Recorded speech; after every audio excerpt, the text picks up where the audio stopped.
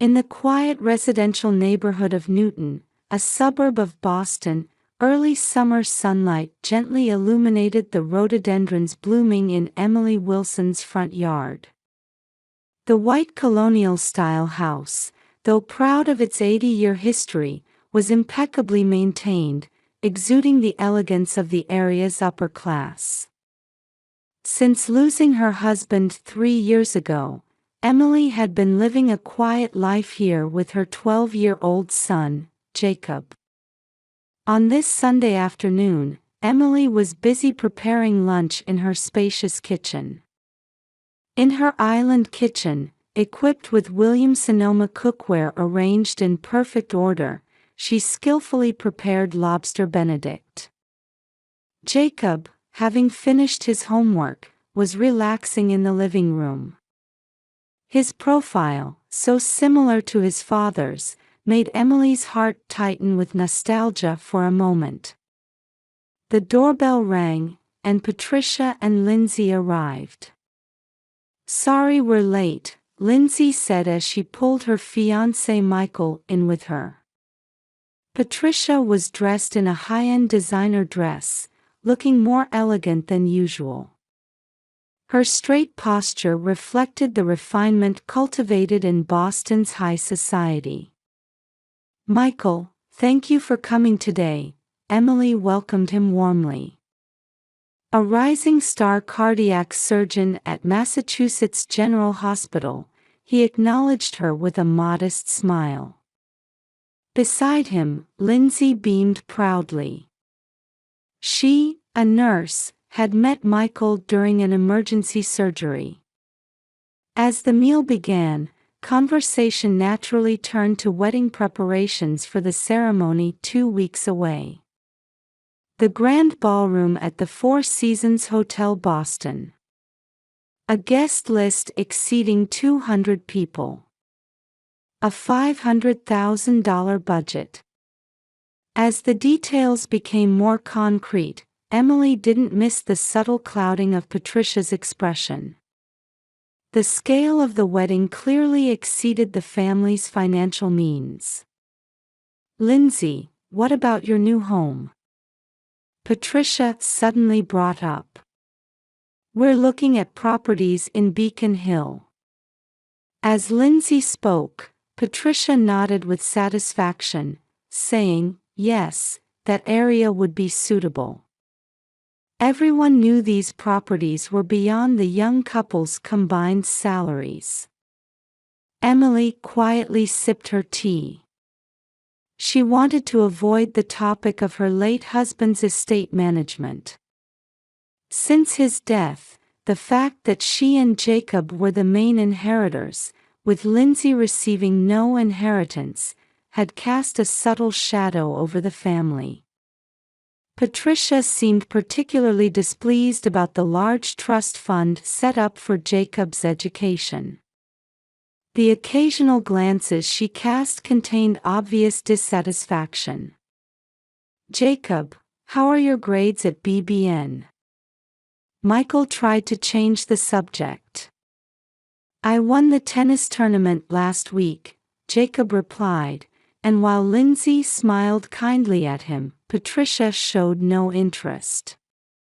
Her attitude was blatant, and it pained Emily's heart.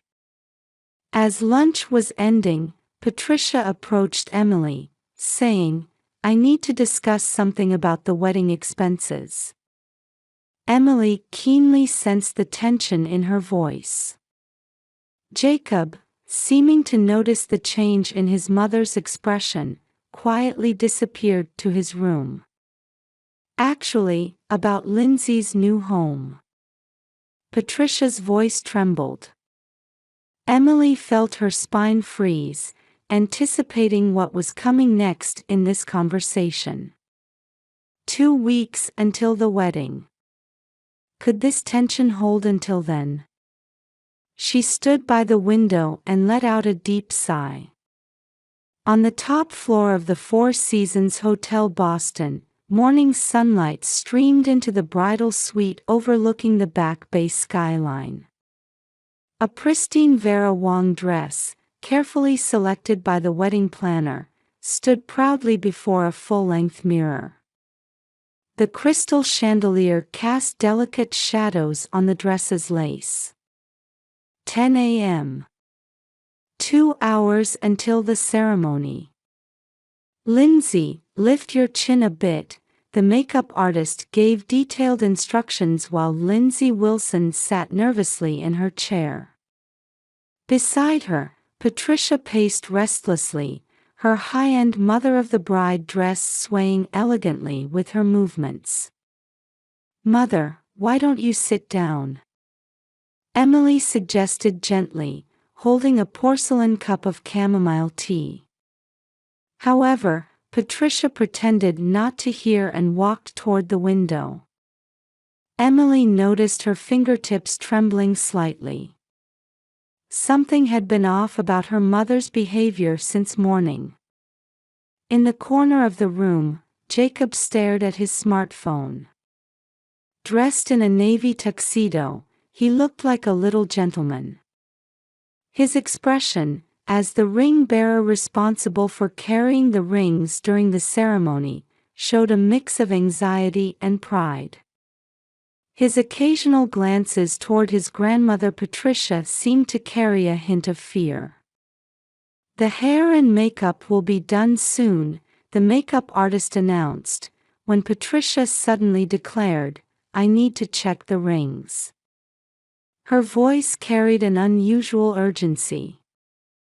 "I'll check them," Emily offered, but Patricia shook her head. "I'll go." "It's the mother's duty," she said. Emily felt something off about those words.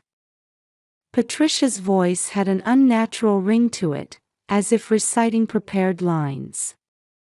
30 minutes later, the room erupted in sudden chaos. The sunlight streaming through the windows seemed to heighten the tension in the room. "The rings are missing." Patricia's scream echoed through the room. "They were right here just now." Her voice reverberated off the walls, amplifying the anxiety. The color drained from Lindsay's face. "What do you mean?" "Search for them." Her face stood out pale against her white dress. The wedding planner responded quickly, calling hotel security. The search of the suite began. Under cushions, in dress boxes, on the dresser scattered with cosmetics. Even in expensive accessory cases, thoroughly but finding nothing. "Jacob, do you know anything about this?" Patricia's voice suddenly turned sharp. There was something in her tone that seemed almost expectant. Emily turned toward her son. Jacob was shaking his head, face pale. "I saw Jacob lurking around the dresser earlier," Patricia's voice carried conviction. Her gaze was as sharp as a hunting dog cornering its prey. "That's not true." "I didn't do anything." Jacob's voice trembled. It was a voice filled with fear, like when his father had been on his deathbed. Then Patricia's eyes caught something. Jacob's tuxedo pocket was slightly bulging. The air in the room seemed to freeze instantly. In that moment, Patricia's hand came down with a sharp sound. Her pearl bracelet caught the light. "Why did you steal the wedding rings?" The sound of the slap rang sharply through the silent room. Jacob's cheek turned bright red. Patricia mercilessly reached into the boy's pocket and pulled out a small jewelry box. The blue velvet box cast an ominous gleam in the morning light. "I didn't do anything. Please believe me." Jacob cried out through tears. But no one listened to his voice. His cries seemed to be absorbed into the luxurious room's ceiling. Emily snapped back to her senses and stood between her son and Patricia. "What are you doing?" Her voice carried the fierceness of a mother protecting her young. But Patricia had already opened the jewelry box. Inside, sure enough, lay the platinum wedding rings. The morning sun caught them, scattering platinum gleams throughout the room. "Look, Emily. See what your son has done." Patricia's voice was ice cold. Behind her eyes lurked something almost triumphant. Lindsay stood frozen in shock. Her white dress glowed blindingly in the morning sun. She looked like a heroine in a tragedy. Emily took the rings with trembling hands. As she held them up to the light, she noticed the engraving inside. These rings, said to be worth $30,000, felt strangely light. At that moment, the room fell silent again. Outside the window, birds could be heard chirping. Emily's expression changed. "This is..." Her eyes shone as if discovering the truth. But her words were interrupted by security staff entering suddenly. "Is there a problem?" A stern-looking uniformed man entered the room, radiating tension. The confusion reached its peak. Patricia began explaining the situation to security staff in an authoritative manner, her voice carrying the dignity of a former prominent church community member. Lindsay collapsed into a chair, seemingly unconcerned about her ruined makeup. Michael had rushed to the room but stood frozen, unable to comprehend the situation. And in the corner of the suite, Jacob trembled with sobs. While embracing her son, Emily desperately considered the meaning of the engraving inside the rings. An hour had passed since they moved to a different room. A heavy atmosphere filled the executive suite's sitting room. Lindsay, still in her wedding dress, sat on the cream-colored sofa, covering her tear-stained face with both hands. Beside her, her fiancé Michael silently comforted her with a hand on her shoulder. "Let me first summarize the situation," the hotel's security manager began in a calm voice. "The wedding rings were discovered in young Mr. Wilson's pocket," he continued, checking his notes. "However, Jacob denies any involvement." "Denies?" "The evidence is clear," Patricia shot back sharply. She stood by the window, looking down at the Back Bay skyline. Her posture was full of dignity, like a witness testifying in court. However, she couldn't completely hide the trembling of her hands. In the corner of the room, Emily held her son. Jacob's cheek still bore the mark of Patricia's slap. "Once more, Jacob. Tell us the truth," Emily said, gently counseling him. "I really didn't do anything." Jacob's voice trembled, but his eyes showed clear conviction. "I don't know anything about the rings." "Stop lying." Patricia turned around. "The evidence is clear. They were found in your pocket." "But something's not right," Emily said quietly. Her observant eye, honed as a real estate agent, had caught something amiss. "Are these rings real?" "What are you saying?" Patricia's voice rose. "Those are $30,000 Cartier rings I selected." Emily stood and walked to the window. She held the rings up to the sunlight. The platinum cast rainbow reflections around the room. But the engraving inside. Just then, Michael suddenly leaned forward. His sharp surgeon's eye had caught something. "Excuse me," he took the rings from Emily and pulled out his reading glasses. With the precise fingers he used for surgical instruments, he carefully examined the rings. "This is..." Michael's expression changed. Suddenly, there was a knock at the door. "The security camera footage is ready," a young staff member announced. A large monitor was brought in, and the surveillance footage began playing.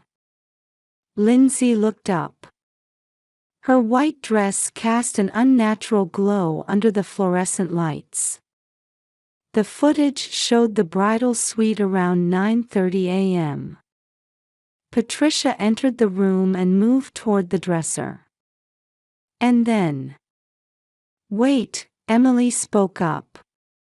"Play that part again." The footage rewound. Patricia's unnatural movements were clearly captured. "Mother," Lindsay's voice trembled. "What did you..." Patricia's face turned pale. This is a misunderstanding." But her voice had lost its certainty. Emily took the rings again. This time, she examined the inside more carefully. Checking the engraving, testing the weight, observing how they caught the light. And then... "These aren't real Cartier rings." The room's atmosphere froze instantly. "Emily, what are you saying?" Patricia's voice rose. "I chose those rings. I spent $30,000. "No," Michael said in a calm voice. "These are imitations. My mother is a jeweler, so I can tell immediately. Real Cartier engravings are more delicate." Lindsay stood up. Her white dress swayed in the light. "What does this mean?" Patricia's lips trembled. I. Just then, Emily's phone rang. It was from a pawn shop in downtown Boston. Emily put it on speaker. The voice that broke the silence in the room: "Regarding Mrs. Wilson's pawned rings, we need to confirm the $20,000 arrangement for today." Patricia suddenly interrupted the call. "Stop." Her voice had completely lost its previous dignity. She collapsed there, still wearing her designer two-piece suit. Lindsay tried to rush to her, but stumbled. Her pure white wedding dress caught the afternoon light, gleaming brilliantly for a moment. Emily approached Patricia slowly, letting out a deep sigh. "Would you please tell us everything?" Her voice carried no accusation, only warmth and understanding. "I had no choice," Patricia's voice trembled. "I needed the down payment for Lindsay's new house." She looked up. Her eyes revealed years of hidden anguish. "I thought I could pawn the $30,000 rings for $20,000 and replace them with fakes. I thought I could switch them back after the ceremony." "So you tried to frame Jacob?" Emily's voice turned cold. "No." Patricia desperately denied. "I put them in his pocket temporarily, hoping it would trigger a review of the estate management." Her words faded into the room's air. Michael quietly stood up. "I understand," he said, touching his engagement ring. "I've seen it at my family's jewelry store. How attachment to valuable things can sometimes drive people to desperate measures." "But Mother," Lindsay's voice trembled. Why didn't you talk to me about it? Patricia looked up. Her makeup was smeared, tear tracks on her cheeks. I thought it was for your happiness. A prime location in Beacon Hill, a lifestyle that wouldn't be inferior to Michael's family. Nobody asked for that, Michael said gently. What I love is Lindsay as a person, not where she lives or what she owns. At those words, Patricia's shoulders shook violently. Grandma, Jacob suddenly spoke up. The boy who had been quietly watching from the corner slowly approached Patricia. Do you hate me? Patricia caught her breath. Jacob. She stumbled over her words. The mark of her slap was still visible on the boy's cheek before her. I'm sorry. I'm truly sorry. Emily placed a hand on her son's shoulder. Mother, the real issue isn't about the rings, is it? Patricia pressed a handkerchief to her eyes. Everything started going wrong from that day. Her voice was thin but carried definite emotion. When my dear son died. It's been 3 years since father passed, Emily said quietly. I know you were unhappy with the estate distribution. But that was my husband's wish. That's not it. Patricia cried out. It's not about the inheritance. She forced out the words. I was lonely. I invested everything in Lindsay. Her wedding became my reason for living. Lindsay slowly knelt before her mother. Mom, I'm right here. But I'm not a child anymore. I need to live my life in my own way. I know, Patricia's voice gradually regained composure. But I was scared of losing you. Nobody is losing anyone, Emily said. We're family. Even if we choose different paths, that bond doesn't change. Michael stood and walked to the window. I have a suggestion, he said in the same calm voice he used when delivering difficult decisions to patients' families. Let's postpone the ceremony. Today, we'll let Lindsay's friends enjoy it as just a party. The real ceremony can happen when we're truly ready to be a family. That's perfect, Lindsay nodded. There was no more hesitation in her eyes. Then what about these? Emily held up the fake rings. Let's return them, Patricia said quietly. I'll tell everything honestly. To the pawn shop, to the police. That won't be necessary, Michael interrupted. Let my parents' jewelry store provide new rings. As a symbol of the Wilson family's new bond. But the money. Patricia began. Mother, Emily said gently. Here's my proposal. Let's sell the vacation house my husband left. We can use that for Lindsay's down payment. Jacob's education fund will remain untouched. New tears welled in Patricia's eyes. This time, they were tears of gratitude. Grandma, Jacob took Patricia's hand. Come watch my tennis match this Sunday. At the BBN courts, starting at 2 p.m. With those words, the room's atmosphere transformed.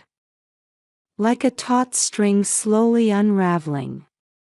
A family story was about to turn to a new page. 1 month later, on a Sunday morning, the bells of St. Paul's Church rang softly. Through the morning mist, light filtered through stained glass windows gently illuminated the pure white aisle. Lindsay touched her father's heirloom sapphire necklace. "Ready?" Emily asked while making final adjustments to her sister's hair. This time, there was a more natural smile. In the corner of the dressing room, Patricia sat quietly. Over the past month, she had been receiving counseling at McLean Hospital. The phrase "loss and attachment" had slowly begun to unravel what lay deep in her heart. "Mom," Lindsay called out.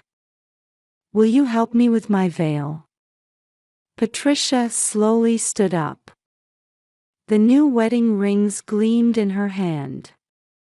Made specially at Michael's parents' jewelry store, they featured a Mobius strip design on the inside of the platinum bands, symbolizing the eternal bond of family. "Lindsay, you look beautiful," Patricia's hands trembled slightly. But now it wasn't from anxiety, but from pure emotion. "I'm beginning to understand, little by little. That happiness isn't about appearances, but what's in our hearts." The door opened softly, and Jacob peeked in. His navy tuxedo looked more dignified than ever, with the medal he won at the BBN tennis tournament discreetly gleaming on his chest. Patricia had been there to cheer him on at last week's match. "Grandma, it's almost time," Jacob's voice held no more fear. Emily stood by the window, looking outside. In front of the church gathered colleagues from Massachusetts General Hospital, parents from BBN, and most importantly, family friends who had known them for years. This time, they came bearing genuine blessings, not just for show or appearances. Just before the ceremony began, Patricia embraced Lindsay and Emily. "I'm sorry." "And thank you," tears rolled down her cheeks. "You are my pride." Michael's parents appeared in the dressing room. Mrs. Brown smiled kindly at Lindsay. "Don't worry about the Beacon Hill property. We just want you to be happy wherever you choose to live." Their new home had been decided on, a quiet residential street in Jamaica Plain, not far from Emily's house. It was a small house with a garden, chosen together by Lindsay and Michael.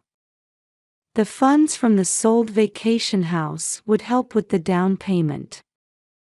"Is everyone ready?" The wedding planner began final checks. Lindsay took a deep breath. "I'm so happy right now," she said, looking around at her family. "This is the wedding I wanted. Not one of pretense and decoration, but one surrounded by real love." Patricia nodded quietly at her daughter's words. A new light shone on her profile. The counseling would continue. But for her, it had become a journey to rediscover herself. Every Thursday after her session, she would invariably stop by Emily's house, and 3 generations would share dinner together. This new routine had been healing her heart. "Let's go." Emily opened the door. The pipe organ music had begun flowing through the hallway. Jacob proudly stood straight, carefully holding the precious rings in both hands. This time, real rings symbolized real love. On the aisle, Michael waited with a warm smile for his bride. What reflected in his eyes was not the white dress, but Lindsay herself as a person. Sunlight filled the church, and the stained glass painted rainbow colors on the floor.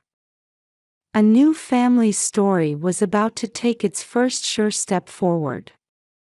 After the ceremony, Patricia sat alone on a bench in the church garden. The spring sunlight illuminated the blooming magnolias. She quietly closed her eyes and offered a prayer to her late husband. "Can you see us? We've finally become a real family." A gentle breeze blew, scattering magnolia petals. One petal softly landed on Patricia's lap, like a blessing from heaven.